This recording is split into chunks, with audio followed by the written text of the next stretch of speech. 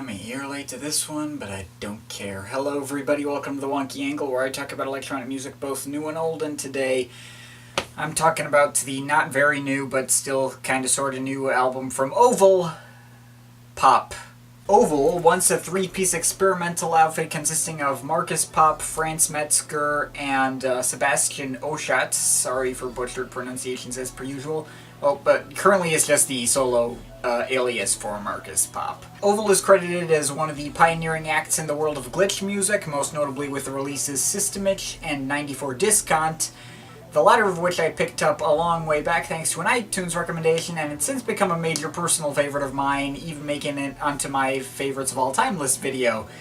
A super creative album that, from what I've heard, was created using almost entirely mutilated and skipping CDs, yet still sounding beautiful and engaging. Now I'll admit, back when I made that list, I'd only made it partway into this guy's full discography, and I wanted to check out the guy's other stuff for a long time, mainly because of Oval's importance to the world of electronic music. I don't remember being super into the other albums outside of 94 Discount, admittedly, but it had been several years since I last tried at all. The entire Oval catalog just lying on my iPod, waiting to be fully perused. The guy came out with a new album last year, which should have been a good excuse for me to pick it up and go through the whole thing, but I ended up missing it, and it wasn't until just recently when Oval had a sale through his entire UOVOOO label, which unfortunately is not running anymore.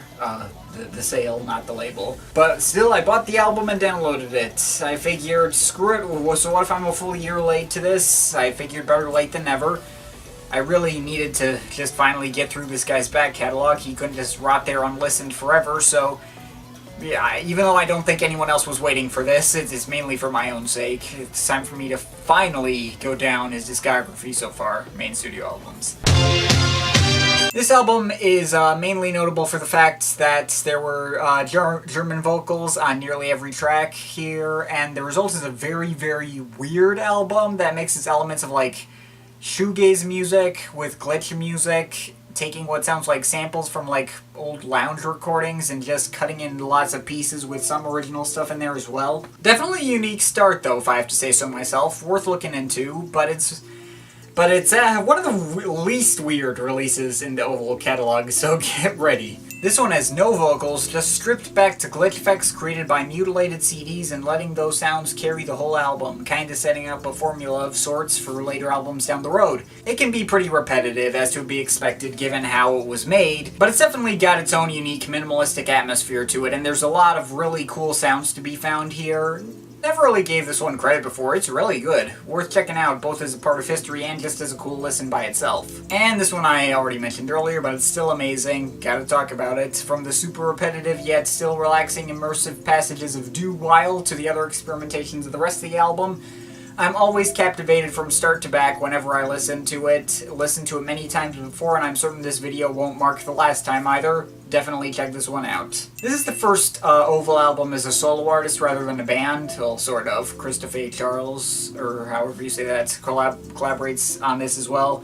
But whatever. This one kinda ran together for me and fell into the background. Personally could have done with less high-pitched ringing, but not bad if you're looking at the same kind of stuff on the previous two albums, albeit a little darker and more atonal. So you got a trilogy of basically noise music albums here. Not my genre typically, but there is at least plenty of detail and texture for me to latch onto, and it's not all super harsh. Oval Commerce has some intense moments, but the rest is pretty chill, much like the older Oval material. Although, all three have no qualms with giving you lots of fuzzy distortion. Worth looking into if you're into that kind of thing, some nice avant-garde kind of stuff that's still pretty listenable, so yeah. This marks a pretty big shift for Popp in that he's shifted his focus away from noise, glitches, and electronics and towards guitars and acoustic instrumentation.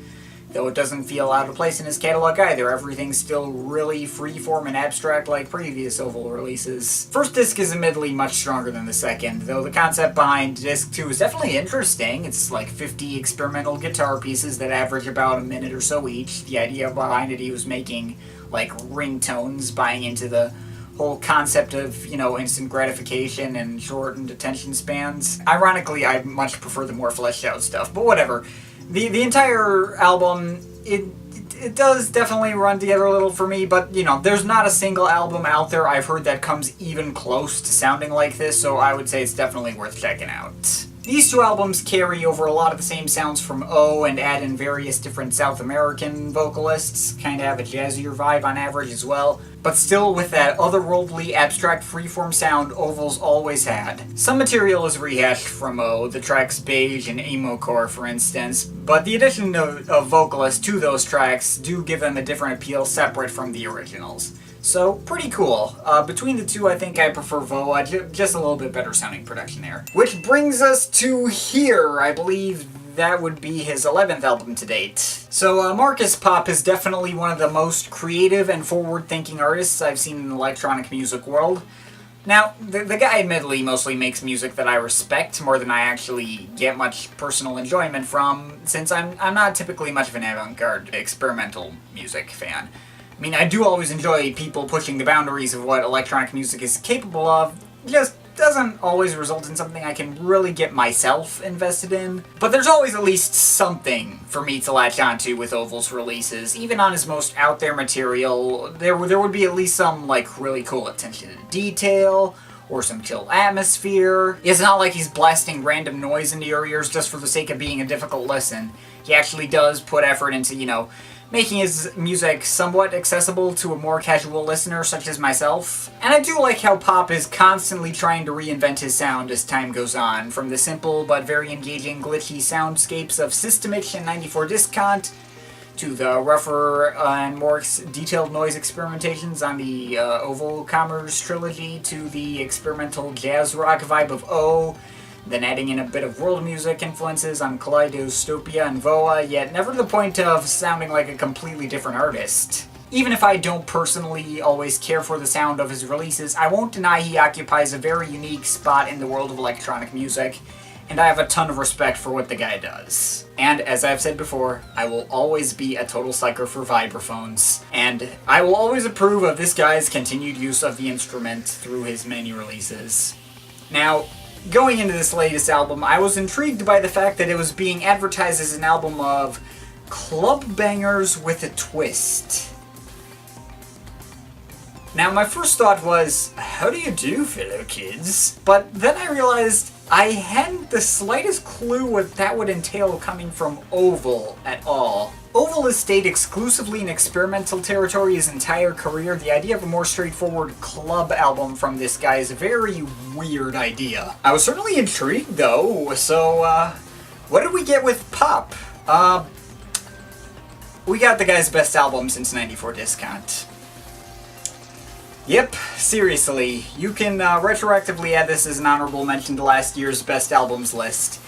This album was described as club bangers with a twist, but I think a better description would be club bangers which are absolutely twisted. The closest match I can think of to what I heard here is The Orb's The Dream. Like, there's an album that showed a band mostly known for more experimental and ambient material trying their hands at a more straightforward house kind of album, albeit with their own weird experimental twists. And some may remember that album making it rather high up on my favorites of all time list. The thing about The Orb, though, is that they always had more of a pop appeal to their stuff, so making straightforward house music still fit for their MO. Popp never did anything remotely resembling pop until Popp. And yes, I did have to word it that way specifically to highlight the confusing potential Who's On First game created by the artist's last name, his self-titled album, and the genre he might have been attempting to take a little bit of influence from.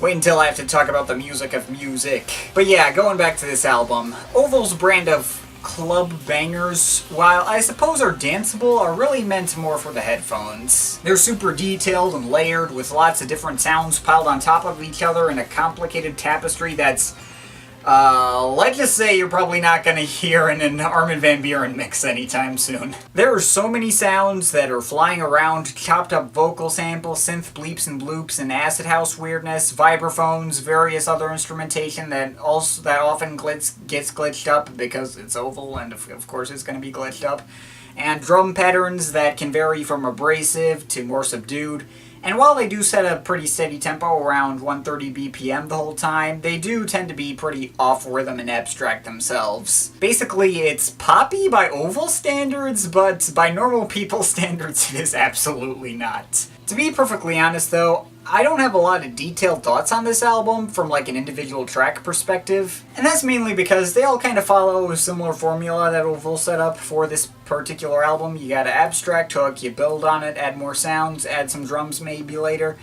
and some of the hooks work and some of them don't.